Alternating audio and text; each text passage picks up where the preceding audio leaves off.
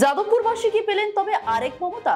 বয়স বা অভিজ্ঞতার দিক থেকে অনেকটা পিছিয়ে থাকলেও ভাবভঙ্গিমায় একেবারে যেমন মমতা বন্দ্যোপাধ্যায়, এমনটাই মনে করছেন রাজনৈতিক বিশেষজ্ঞরা।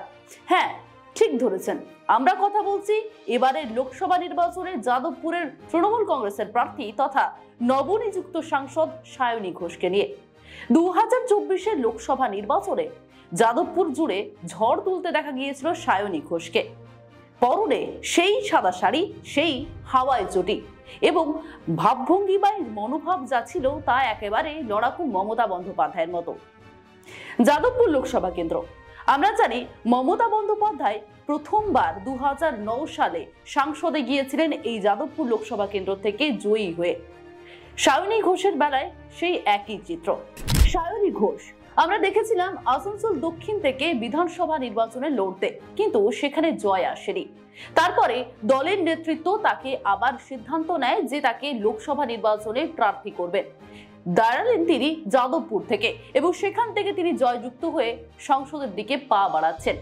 সায়নী ঘোষ এবারে লোকসভা ভোটে তিনি 2 লক্ষের বেশি ভোটে জয়ী হয়েছেন, যেখানে তিনি পিছনে ফেলে দিয়েছেন অনির্বাণ গাঙ্গুলিকে এবং সৃজন ভট্টাচার্যকে। সায়নী ঘোষের আগে এই যাদবপুর লোকসভা কেন্দ্রে 2019-এ জয়ী হয়েছিলেন মিমি চক্রবর্তী এবং তিনি 5 বছর এই লোকসভা কেন্দ্রেই ছিলেন। কিন্তু তিনি একধারে অভিনেত্রী, ঠিক সায়নী ঘোষের মতোই। কিন্তু অভিনয় এবং রাজনীতি কি একসঙ্গে পাল্লা দিয়ে টানতে পারবেন সায়নী ঘোষ? এই প্রশ্ন কিন্তু বারে বারে তাকে শুনতে হয়েছে। সে প্রশ্নের উত্তরে সায়নী ঘোষ হেসে বেশ ভালোভাবেই বলেছেন, অভিনয় যদি তার প্রথম ভালোবাসা হয়, শেষ ভালোবাসা তার রাজনীতি, তাই তিনি রাজনীতি কোমর বেঁধেই করবেন।